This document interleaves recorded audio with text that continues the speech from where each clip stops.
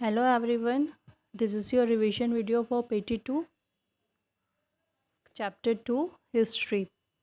Question first, who were Samantas and what were their duties? Samantas कौन होते थे और उनकी क्या duties होती थी? Samantas were the big landlords or warrior chiefs who acted as subordinates to the medieval rulers.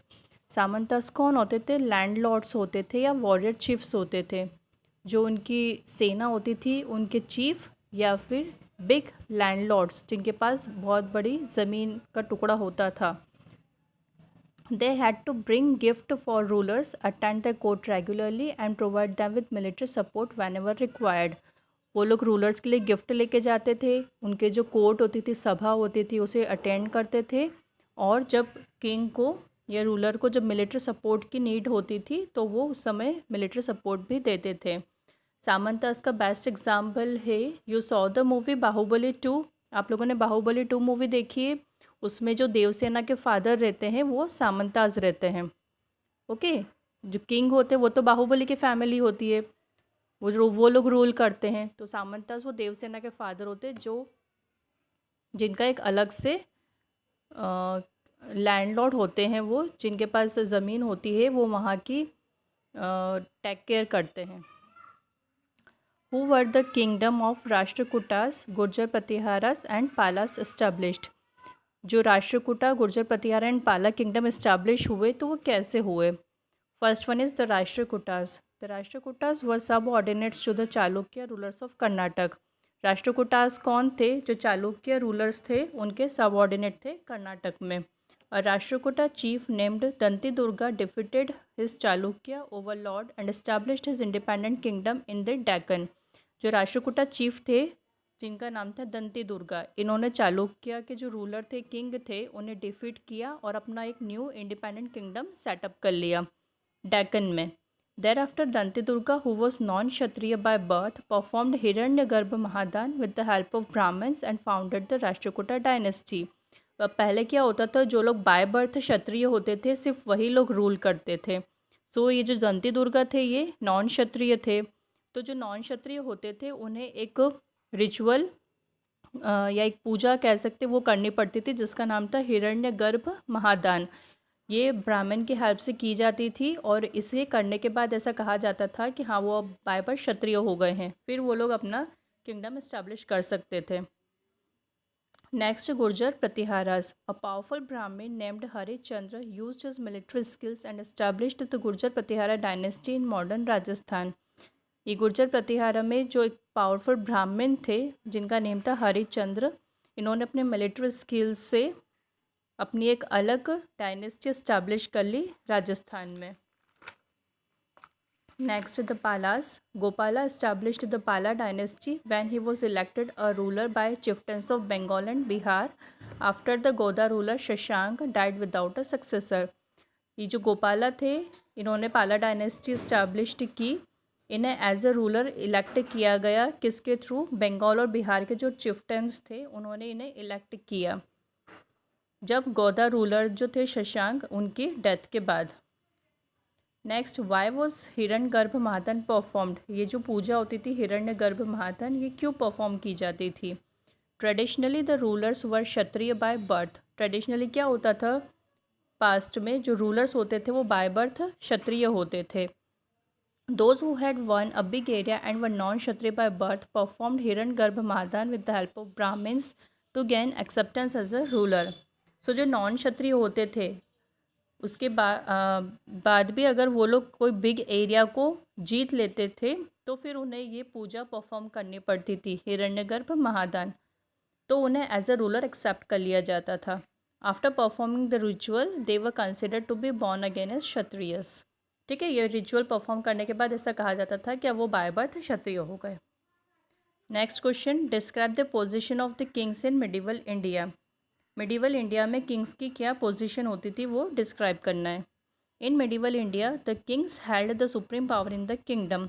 Medieval India में क्या होता था, जो सुप्रीम पावर होती थी पूरी किंगडम की वो किसके हैंड में होती थी? किंग्स के हैंड में. Despite taking grand titles and by showing them as brave and victorious warriors in prashastis, they had to share their power with samantas and various associations of peasants, traders and Brahmans. So वो इतने बड़े बड़े grand titles और जो उन्होंने अपनी बहुत वाहवाही लिखवाई प्रशस्तिस में, उसके अलावा उन्हें अपनी पावर किसके साथ शेयर करनी पड़ती थी? सामंतास के साथ, पीजेंट्स के साथ, ट्रेडर्स के साथ, ब्राह्मण्स के साथ, जो कि उन्हें किंगडम रूल करने में हेल्प करते थे, क्योंकि एक अकेला किंग इतना बड़ा एम्पायर तो नहीं संभाल सकता, उसको रूल करने के लिए हेल्प तो चाहिए होती है ना, तो ये सारे लोग उनकी हेल्प करते थे। They were also assisted by top officials of the army and revenue collection department. जो आर्मी के भी ऑफिसर्स होते थे वो लोग उन्हें असिस्ट करते थे, और जो टैक्स कलेक्ट करने में एक भी डिपार्टमेंट होता था जो किंग की हेल्प करते थे रेवेन्यू कलेक्शन में। Next, why did medieval king collect taxes from people? Medieval king जो होते थे वो लोग टैक्स क्यों कलेक्ट करते थे पीपल से? The medieval Kings collected taxes from the people for running the royal house hold. जो उनका हाउस होल्ड होता था, रॉयल हाउस होल्ड, उसे रन करने के लिए। Paying for the construction of temples and forts. जो टेम्पल्स और जो उनके फोर्ट किले बनाए जाते थे उनको कंस्ट्रक्ट करने में के लिए भी मनी की नीड तो होती थी ना, तो वो भी पैसा वहाँ से आता था। मैनेजिंग द किंगडम, अपने पूरे इतने बड़े किंगडम को मैनेज करने के लिए, उसे रन करने के लिए, एडमिनिस्टर करने के लिए। एंड फाइटिंग वॉर्स, जो लोग वॉर्स फाइट करते थे उसके लिए, इन सब चीज़ों के लिए पैसों की नीड तो होती थी, तो वो लोग टैक्स कलेक्ट करते थे पीपल से। Next, write any two ways in which the tax collection system of medieval rulers was different from what is now. आपको टू वेज बताने कि जो tax collection system medieval rulers का था और अभी जो है उनमें क्या डिफरेंस है। टैक्स तो अभी भी कलेक्ट किया जाता है और टैक्स पहले भी कलेक्ट करते थे, तो दोनों में डिफरेंस क्या है? The medieval rulers took cash resource produced और forced labour as tax. Medieval rulers क्या करते थे? या तो कैश लेते थे, जो रिसोर्स प्रोड्यूस्ड होता था, जो एग्रीकल्चर होता था उससे जो रिसोर्स प्रोड्यूस होता था उसके थ्रू, या फिर वो लोग ज़बरदस्ती काम करवाते थे। But these days, tax is taken only in the form of tax. In fact, forcing a person to work for free is a punishable offense. लेकिन अभी क्या होता है, सिर्फ टैक्स एज अ टैक्स ही लिया जाता है, किसी को ज़बरदस्ती या फ्री में काम नहीं करवा सकते, एक पनिशेबल ऑफेंस है now. The post of the revenue officials in medieval times were hereditary, but this is not the case in present times. पहले जो पोस्ट होते थे रेवेन्यू ऑफिशियल्स के, जो टैक्स ऑफिसर्स होते थे, तो वो जो जॉब होती थी वो हेरिडिटरी होती थी, वो उन्हीं फैमिली के लोगों को दी जाती थी। जैसे किसी फैमिली का मेंबर अगर टैक्स ऑफिसर है तो उसके मरने के बाद उन्हीं का बेटा या उन्हीं की फैमिली से, उन्हीं के फैमिली में वो जॉब वापस दी जाती थी, लेकिन अभी ऐसा नहीं है। In medieval times, the revenue officials were recruited from influential families or the king's close relatives.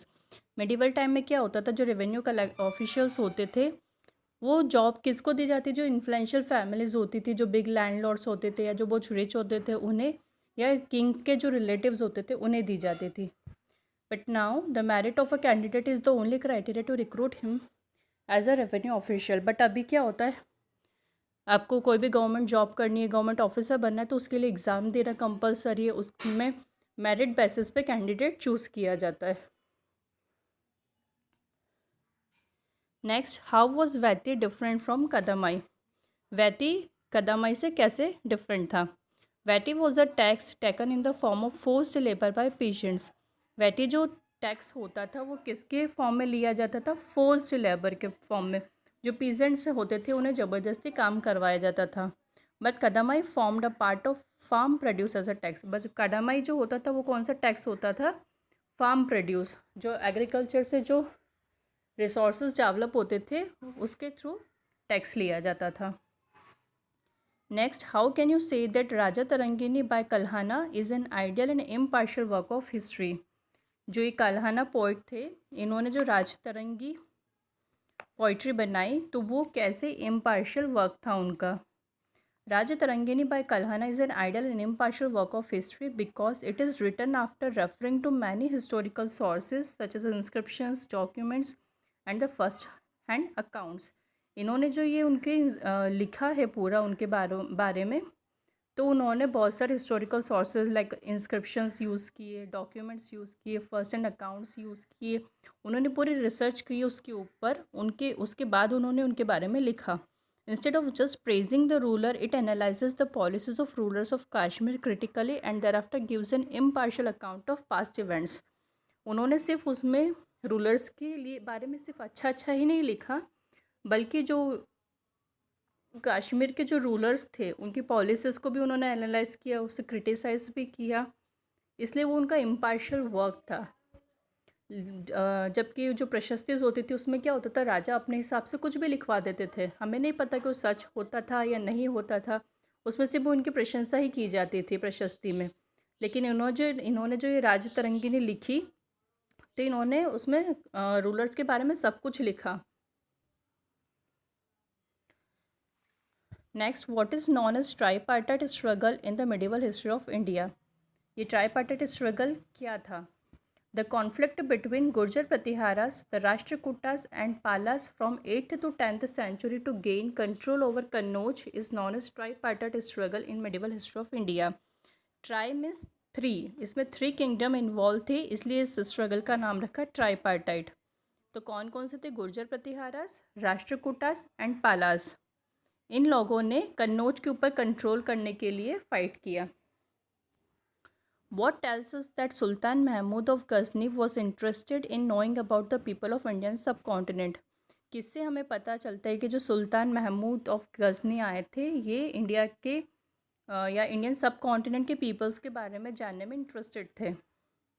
To know about the people of Indian subcontinent, Sultan Mahmud of Ghazni asked a Persian scholar Al-Biruni to write an account of subcontinent. This account is famous as Kitab al-Hind. ये इन्होंने क्या किया, सुल्तान Mahmood of Ghazni ने एक Persian scholar को higher किया जिसका नाम था अल-बिरूनी। इनके थ्रू उन्होंने इंडियन कॉन्टिनेंट के अकाउंट्स के बारे में लिखवाया। इन अकाउंट्स को एज अ किताब अल हिंद से फेमस है। How was the Muslim rule established in Indian सब कॉन्टिनेंट? इंडियन सब कॉन्टिनेंट में मुस्लिम रूल कैसे इस्टेब्लिश हुआ? पहले तो सारे हिंदू रूलर्स थे, मुस्लिम्स कैसे आए? The Muslim rule established in Indian subcontinent when Muhammad of Ghori defeated and killed Prithviraj III in the second battle of Tehran 1192. Muslim rule कैसे इस्टेब्लिश हुआ? ये मोहम्मद ऑफ गौरी आए इंडिया में, इन्होंने पृथ्वीराज 3 को सेकंड बैटल ऑफ टेरन में defeat कर लिया, उन्हें मार दिया 1192 में। उसके बाद से मुस्लिम रूल इस्टेब्लिश हो गया। What kind of irrigation work were developed by Chola rulers? Chola rulers ने कौन कौन सी इरीगेशन वर्क डेवलप किए? The Chola rulers developed various irrigation works to support agriculture. उन्होंने एग्रीकल्चर को सपोर्ट करने के लिए बहुत सारे इरीगेशन वर्क्स किए। They built canals to carry river water to the fields. इन्होंने कैनाल्स बनाए जिससे कि नदियों का जो पानी रहता है, रिवर वाटर, वो फील्ड्स में जा सके, खेतों में जा सके। दे गॉट द वेल्स व dug to provide water to the fields. इन्होंने बहुत सारे वेल्स भी डग करवाए, कुएँ खुदवाए जिससे कि फील्ड्स में पानी मिल सके।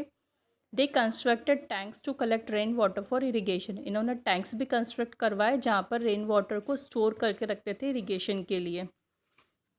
Describe one social, economic and cultural activity that took place in Chola temples. 1 activities बतानी है चोला टेम्पल्स में जो होती थी। Apart from religious, social activity कौन सी होती थी? The social gatherings were held in temple premises. Temple के प्रीमाइसेस में जो सोशल गैदरिंग्स होती थी, लोग इकट्ठा होते थे मीटिंग्स के लिए। Economic, traders would come to temples to sell their goods during religious festival. जब टेम्पल में रिलीजियस फेस्टिवल्स होते थे, वहाँ उस समय ट्रेडर्स आते थे वहाँ पर अपने गुड्स सेल करने के लिए। And cultural activity, craftsman made stone and metal images in the temple. जो क्राफ्ट्समैन होते थे वो स्टोन्स की या मेटल्स की इमेजेस बनाते थे टेम्पल्स में। नेक्स्ट, हाउ वॉज अ सभा डिफरेंट फ्रॉम नगरम?